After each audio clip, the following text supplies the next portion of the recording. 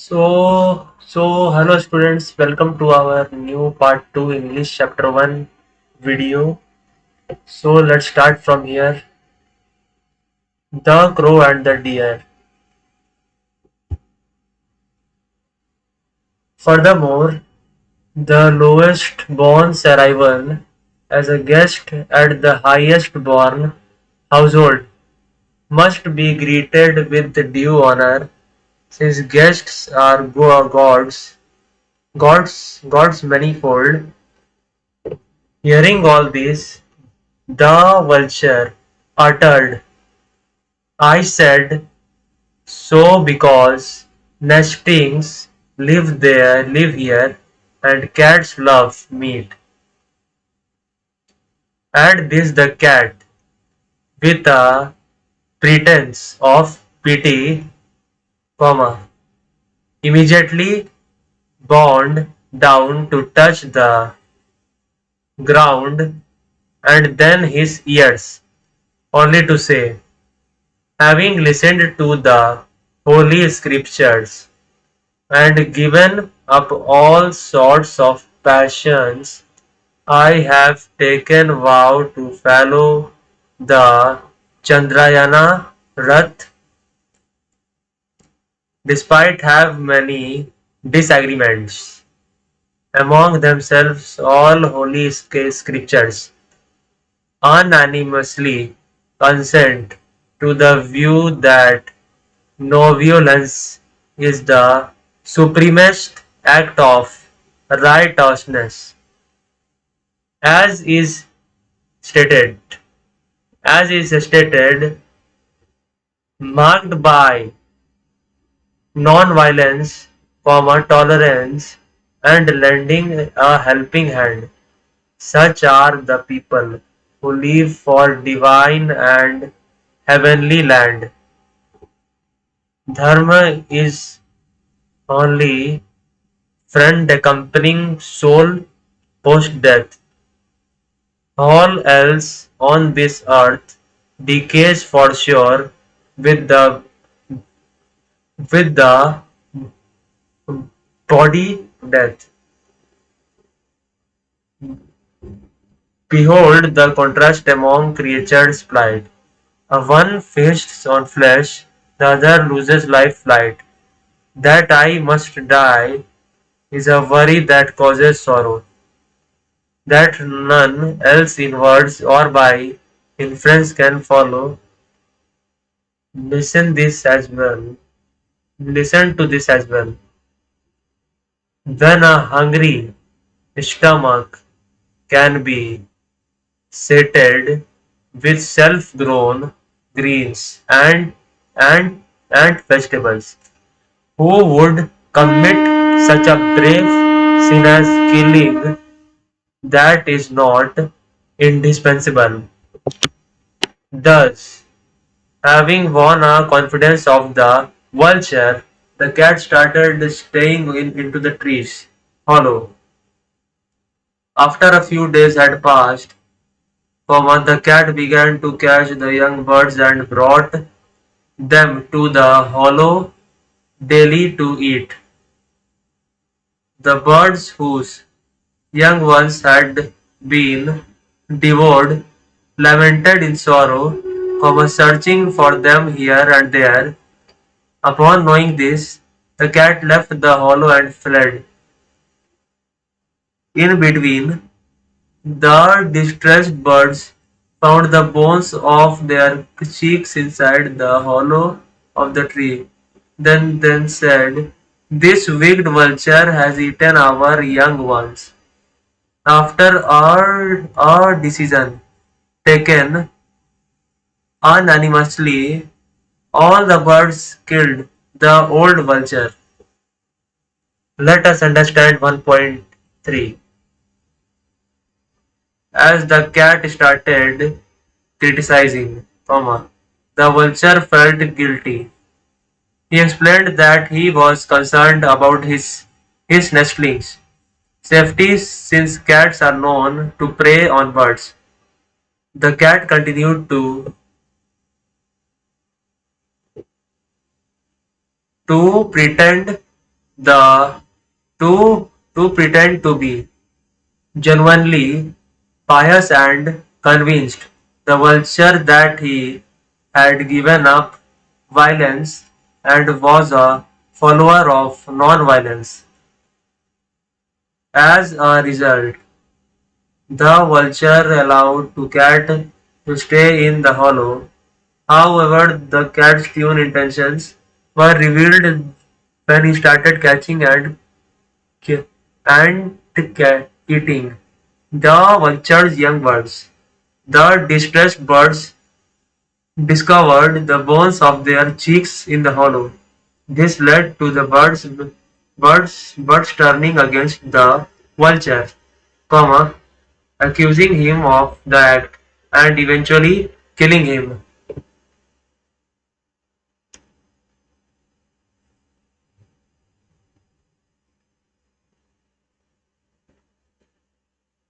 Section 4 1.4. That is why I warned you of friendship with a person of unfamiliar family and character. Subudhi concludes his story. Hearing this, the jackal said angrily, comma, even your family and character were not known to the deer on the very first day you met him. Comma, then how does it come that your friendship with him diverges deep day by day? Besides, where there is no scholar, even less learned is praised. As in the treeless lands, character plants as trees are gauged, self and other are the petty concerns of selfish and narrow minds, while the whole earth is the family of for benevolent and broad minds. As the deer is dear, as the deer is dear to me, so are you too. Interrupting the jackal, the deer said, "This, this debate, this debate is necessary. Let's all give together with faith, comma, friendship and affection because none is none either, friends or foe. It's only behavior that makes us do so.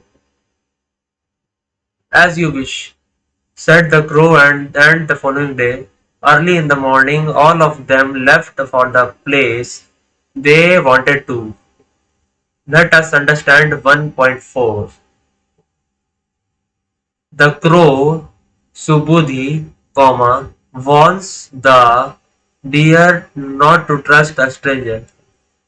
Using a tale of a vulture and a cunning cat as an example, he emphasizes the importance of knowing the character and the background of someone because forming a deep friendship.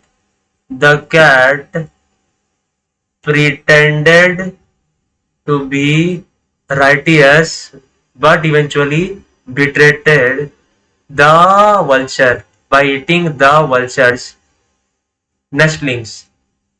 Su- Subudhi's po- point is that trust should not be given lightly. The jackal, however, questions Subudhi on friendship with the deer, comma, pointing out that Subudhi was also a stranger to the deer when they first met. The jackal argues that true friendship should not be based on selfish concerns but on broader benevolent values. The deer, wanting to avoid unnecessary debate, suggests that all live together in faith, comma, friendship and affection.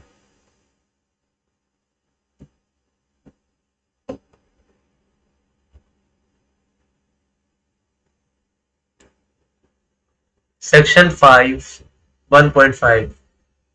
Once in private, the jackal said to the deer, "Dear friend, in this forest there is a lush and fertile field of grains. I will lead you there and show the same." This way, the deer started visiting the field every day to graze on the grains. One day, it happened that the owner of the field saw the deer grazing in this field and set a trap to catch the deer. Subsequently, the deer not caught in the trap and thought, "Who else but my friend, the jackal, can save me from this deadly trap of time." In between, in between, the jackal appeared and started thinking, "So far my cunning plan has worked out well to fulfill my desire. And once the deer is butchered, there will be plenty of meat and blood dipped bones for my feast as I wish." Seeing the jackal and the deer got cheerful and said enthusiastically, "Friend, quickly serve my quickly serve my bonds and save me soon."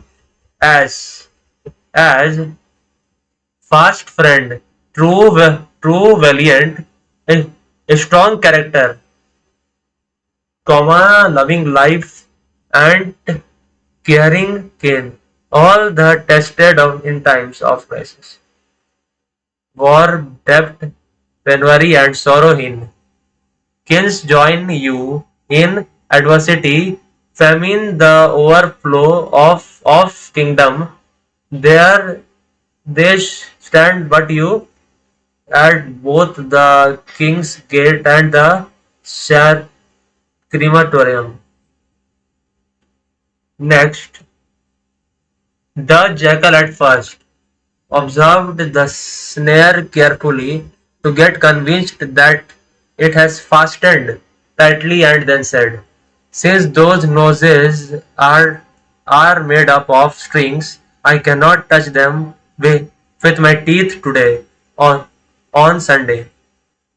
Dear friend, if you don't mind, I will do whatever you say say in the morning." With these words, he had himself at a nearby place. Let us understand 1.5. In this part of the story, the jackal lures the deer into a fertile grain field which becomes a daily grazing spot for the deer. However, the owner of the field eventually notices the deer and sets a trap to catch it. When the deer finds itself trapped, it realizes that only the jackal can save it.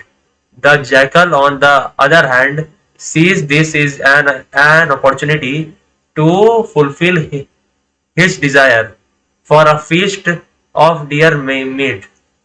When he appears at the scene, the deer pleads with the jackal to quickly free it, comma, emphasizing the importance of friends and family during times of crisis.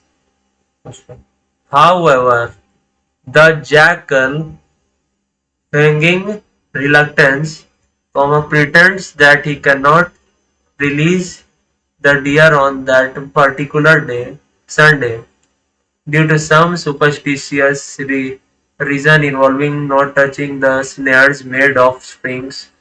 He suggests waiting until morning to help the deer.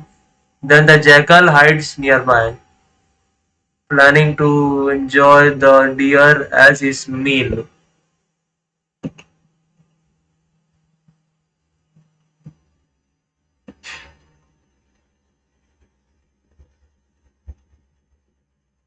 Okay, so students, thank you so much for seeing this video. See you in the next part. Okay, students, thank you.